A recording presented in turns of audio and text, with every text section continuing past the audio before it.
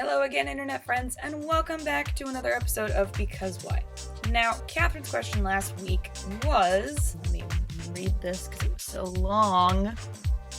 How far across the musical spectrum does a person's musical taste change as they age? Now, as always, we turn to science to help us answer this query. So new research from Spotify, believe it or not, as well as Echo, have revealed that most people start off listening to pop music before branching out into other genres in their late teens or early 20s before their tastes calcify in their 30s. Now, all that makes a lot of sense because in your late teens to your early 20s is roughly around the same time that a lot of people are really asserting their independence and also don't have to listen to whatever radio station mom or dad are listening to as they truck you off to soccer practice. Plus, the human brain stops maturing around age 25, so the fact that once you hit your 30s, you're pretty much locked into what type of music you're going to enjoy checks out too. There was also an interesting tidbit on how men tend to give up popular music earlier than women do, which I think can be easily argued is due to pop music tending to be dominated by female singers or boy bands. And God forbid any dude over the age of 14 years old be caught enjoying a song with a club beat that also makes you feel things.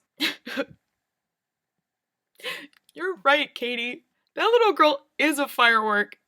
I'm a firework. We're all fireworks. Unsurprisingly, the study also found that our musical tastes tend to be framed around what we were listening to from about age 16 to 24 years old. Makes sense. But what was interesting is our listening doesn't stop maturing at this point. Instead, as you age, you tend to listen to new music with a bit of a bias towards things that sound familiar or have roots in the music from the above-mentioned critical time period. Also, the music we listen to as we age tends to be more complicated. Now, in reference to your extended question, Catherine, which was the likelihood of someone who grew up liking hip-hop and rap suddenly enjoying country at an older age, I say anything is possible. If there's an artist that uses hip-hop influences like tempo and rhythm and cultural critique, which typically is what rap lyrics are about when it's not pop rap, and they happen to spin it into a country song, then they're probably going to have a fan in our hypothetical human you listed in your question. On a more personal note, let's also remember that the two albums I mentioned in my favorite things video from not too long ago were albums that I listened to in high school.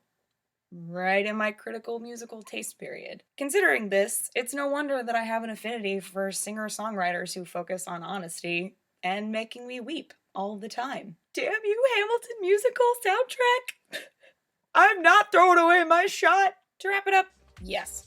It is possible, and actually quite normal, to change musical preferences as you age. But at the same time, the template for which you compare later listened to music is created in your mid to late adolescence. Alrighty, so my query for you, Catherine, is why did you decide to put a blue streak in your hair, and what does it mean to you? Until next time, peace out, Cub Scout, Brussels sprouts! Yay!